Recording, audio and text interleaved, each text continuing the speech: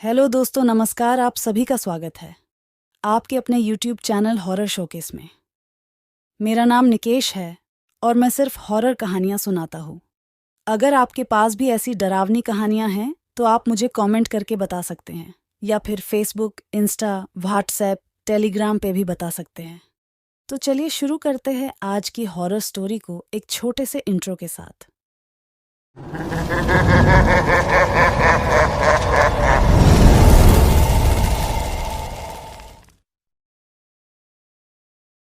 मध्य प्रदेश के जंगलों में बसा हुआ था चंपापुर नाम का राज्य। इस राज्य के राजा रवि अपनी प्रजा के लिए जाने जाते थे। उनकी न्यायप्रियता और दयालुता दूर दूर तक मशहूर थी।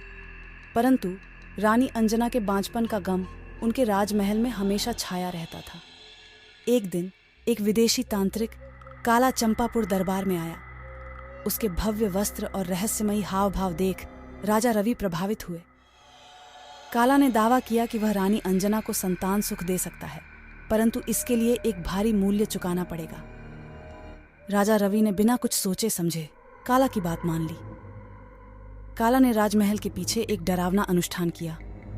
जंगली जड़ी बूटियों का धुआं उठा, अजीब मंत्र जपे गए और आकाश में बिजली खड़कने लगी। अनुष्ठान पूरा होने के बाद काला ने कहा, रानी अंजना को एक स्वस्थ पुत्र पैदा होगा, परंतु जन्म लेते ही उसका भाग्य मेरे साथ जुड़ जाएगा।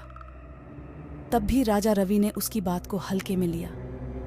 कुछ महीनों बाद रानी अंजना ने एक स्वस्थ पुत्र को जन्म दिया।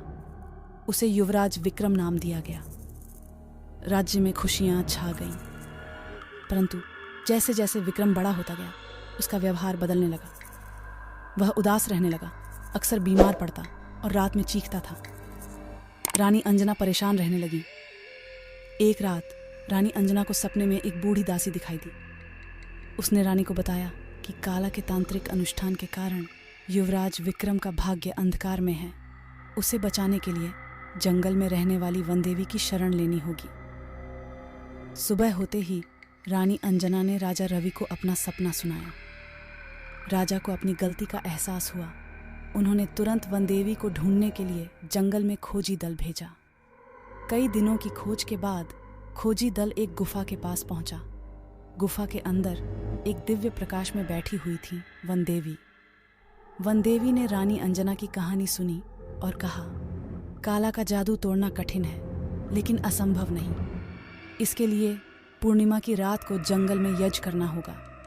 यज्ञ में 10 कमल के फूल चढ़ाने होंगे, जो खिलते हुए सूर्य को अर्पित किए गए हों। ये कार्य बहुत कठिन था। कमल के फूल केवल एक दूरस्थ झील में खिलते थे, जिसे जंगली जानवरों ने अपना ठिकाना बना लिया था। परंतु युवराज विक्रम को बचाने के लिए राजा रवि ने स्वयं उस झील तक जाने का फैसला किया।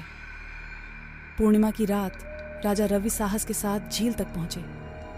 जंगली जानवरों से बचते हुए उन्होंने 10 कमल के फूल तोड़े और जल्दबाजी में महल वापस लौटे।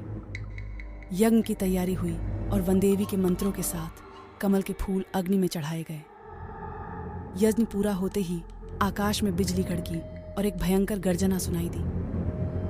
महल के पीछे से काला चीखता हुआ निकला और जंगल की ओर भाग गया। युवराज विक्रम का रंग लौट आया और वह स्वस्थ हो गया। इस घटना के बाद राजा रवि ने काले जैसे तांत्रिकों से दूर रहने की कसम खाई। उन्होंने राज्य में शिक्षा और विज्ञान को बढ़ावा दिया। चंपापुर खुशहाली और शांति का प्रतीक बन गया। युवराज विक्रम एक दयालु और बुद्धिमान राजकुमार के रूप में बड़े हुए। कुछ साल बाद काला वापस लौटा। इस बार वह और अधिक शक्तिशाली बनकर आया था। उसने जंगल में अपना काला जादू फैलाना शुरू कर दिया। पेड़ पौधे मुरझाने लगे, नदियों का पानी सूख गया और राज्य में अकाल पड़ने लगा। रानी अंजना फिर से परेशान हो गईं। उन्होंने राजा रवि से कहा, शायद काला का बदला लेने का समय आ गया है। राजा रवि जानते थे कि युद्ध से समस्या का समाधान नहीं होगा। उन्होंने वन देवी से सलाह करने का फैसला किया। वन देवी ने बताया कि काला के पास एक जादुई तांत्रिक ग्रंथ है, जिससे उसकी शक्ति मिलती है। उस ग्रंथ को नष्ट कर देने से ही काला का अंत हो सकता है। लेकिन ग्रंथ को पाना बहुत मुश्किल था। उसे काला के गुप्त महल में छिपाकर रखा गया था। युवराज विक्रम ने इस चुनौती को स्वीकार किया। उन्होंने एक व्यापारी का रूप धार लिया और काला के महल में घुसने की योजना बनाई। कई दिनों की मेहनत के बाद विक्रम को महल में प्रवेश मिला। उन्होंने महल के गलियारों को छान मारा और आखिरकार एक गुप्त कक्ष में जादुई ग्रंथ को ढूंढ निकाला। महल से भागते समय काला के सैनिकों ने विक्रम को पकड़ लिया। काला खुशी से झूम उठा। उसने विक्रम को कैद कर लिया और ग्रंथ वापस ले लिया।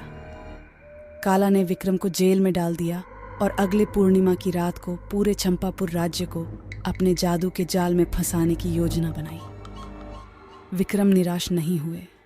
उन्होंने जेल के पहरेदारों से मित्रता कर ली और उनसे एक लोहे की छड़ पाने में सफलता हासिल की। पूर्णिमा की रात से पहले विक्रम ने छड़ से जेल की सलाखें तोड़ दी और जेल से भाग निकले। वे जल्दी से वनदेवी के पास पहुंचे और उन्हें पूरी स्थिति से अवगत कराया। वनदेवी ने उन्हें बताया कि काला का जादू तभी टूटेगा जब चंपापुर के लोग मिलकर आशा की ज्योति जलाएंगे। विक्रम जल्दी से चंपापुर लौटे और उन्होंने पूरे राज्य में संदेश फैलाया। रात होने से पहले हर घर में दीप जलाए गए। राज्य में उम्मीद की रोशनी फैल गई। जब काला ने अपना जादू चलाना चाहा तो उसे लगा कि उसकी सारी शक्ति खत्म हो गई है। उम्मीद की रोशनी उसके काले जादू को भेद रही थी। क्रोध में काला ने जादुई ग्रंथ को आग में फेंक दिया, परंतु अब बहुत देर हो चुकी थी। उसकी शक्ति समाप्त हो चुकी थी और वह हार मानकर जंगल में भाग गया। चंपापुर राज्य बच गया। राजा रवि, रानी अंजना और युवराज विक्रम ने वनदेवी को धन्यवाद दिया। उन्होंने राज्य में खुशियां मनाई। यह दिन चंपापुर के इतिहास में हमेशा याद किया जाता है। वह दिन जब उम्मीद की रोशनी ने काले जादू पर विजय प्राप्त की।